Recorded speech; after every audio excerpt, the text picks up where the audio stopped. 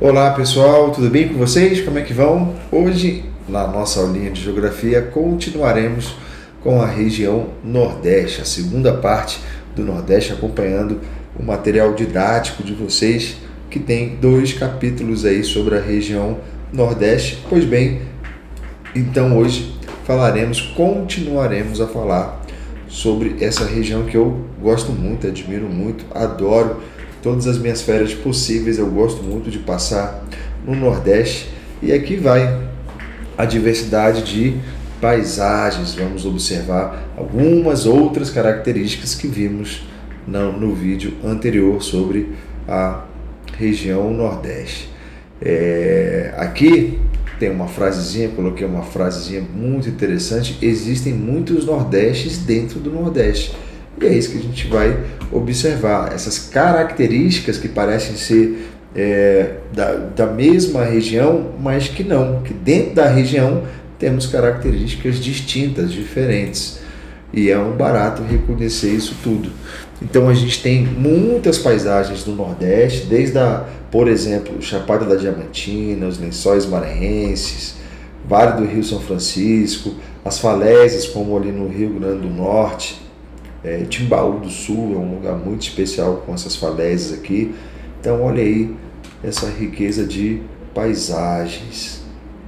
As águas do Nordeste também, que ao mesmo tempo é um desafio e é uma riqueza. O Nordeste é marcado por rios intermitentes e rios perenes. A menor parte são rios intermitentes, ou seja, são rios que eles, em época do ano, eles ficam secos, em outras épocas do ano eles ficam cheios, né? Então eles possuem águas apenas durante a estação chuvosa e no período da seca o leito pode ficar completamente seco, diferente dos rios perenes, que mantêm a água o ano todo. O Rio São Francisco é o principal exemplo fundamental para o abastecimento da agricultura, pecuária, geração de energias, entre outros. E aqui, pessoal, eu trouxe para vocês as 4 sub-regiões da região Nordeste.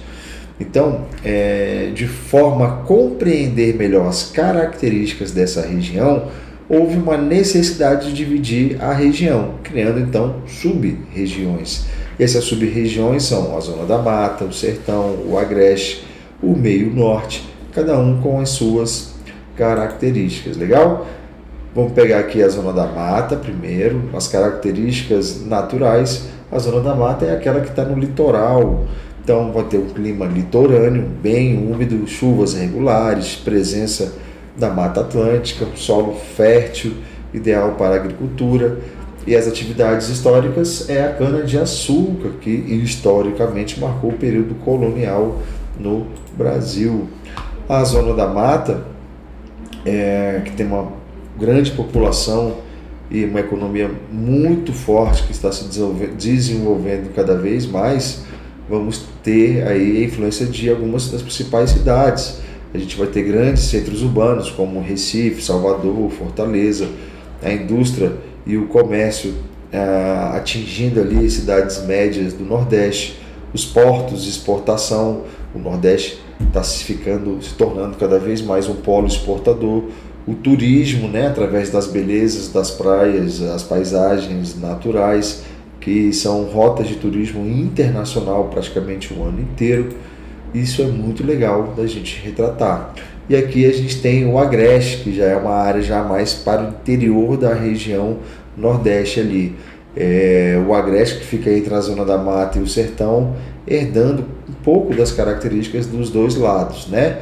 A gente tem a grande chapada, o Planalto da Borborema, ou a Chapada da Borborema, que dificulta a passagem das massas de ar que vem do litoral para o interior. E aí a gente tem de um dos lados, o lado leste, mais úmido, próximo da Mata Atlântica, e o Planalto da Borborema funcionando como uma espécie de bloqueador natural, dando um efeito do lado oeste, bem mais seco, próximo a Caatinga, com características que apresentam o sertão. O Agreste ele é marcado na sua economia pela capacidade de agricultura, de pecuária, de comércio. Na produção agropecuária a gente tem um destaque para a pecuária leiteira, a produção de frutas, o algodão, o milho, o feijão, um pouco de atividades industriais também, e as feiras no Agreste, como a feira de Caruaru, são exemplos de cultura e economia muito forte, formando um corredor de comércios entre o litoral e o sertão. Aqui falando do sertão, o domínio do semiárido. O sertão é a maior sub-região do Nordeste em extensão territorial e ela é marcada por um calor intenso, chuvas praticamente às vezes inexistentes, bem escassas, longos períodos de seca e vegetação da caatinga que marcam essa sub-região do Nordeste. A caatinga, que é uma vida adaptada à seca, né? Vai ter a presença muito aí das plantas xerófilas, que é uma espécie adaptada à ausência de água. E a gente tem espécies como a jurema, os cactos, a macambira, o umbuzeiro. Na seca, muitas plantas perdem as folhas para reduzir a perda de água. E aqui tem uma curiosidade, você sabia? A palavra caatinga vem do tupi-guarani e significa mata branca, uma referência exatamente a esse fenômeno de perda de folhas na época da seca, quando a vegetação ganha tons claros e esbranquiçados. A caatinga é o único bioma exclusivamente brasileiro e abriga uma biodiversidade surpreendente. Muito legal. E aqui a gente tem uma relevância que é o sertão, que convive com a escassez de água ao longo de muitos anos, décadas, séculos, né? E aí, para tentar minimizar esse problema, a gente tem os açudes, que são grandes reservatórios de águas artificiais que acumulam água, e essa água acumulada ajuda boa parte da população de uma determinada região.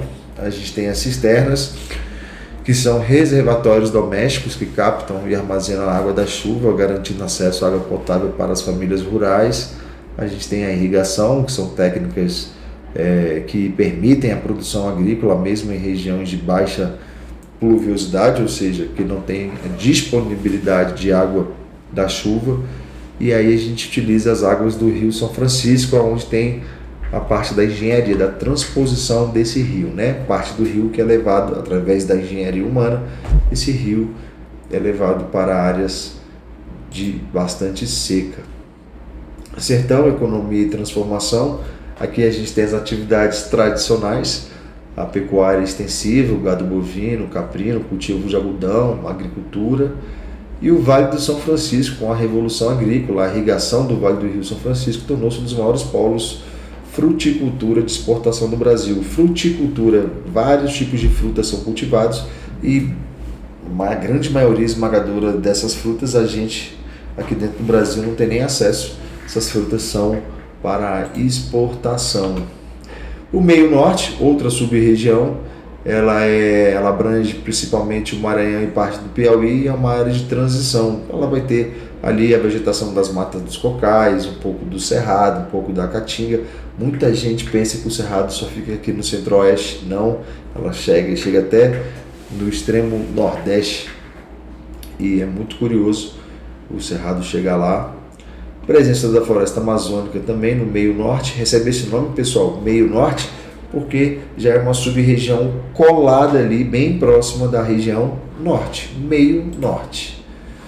E aqui a gente tem algumas características de economia, o extrativismo vegetal, a coleta do babaçu, da carnaíba, que vai fazer, da carnaúba, que através dessas matérias-primas se faz um monte de coisa, tipo cera de carro. A cera que eu uso no meu carro é da carnaúba e é de excelente qualidade, muito bom.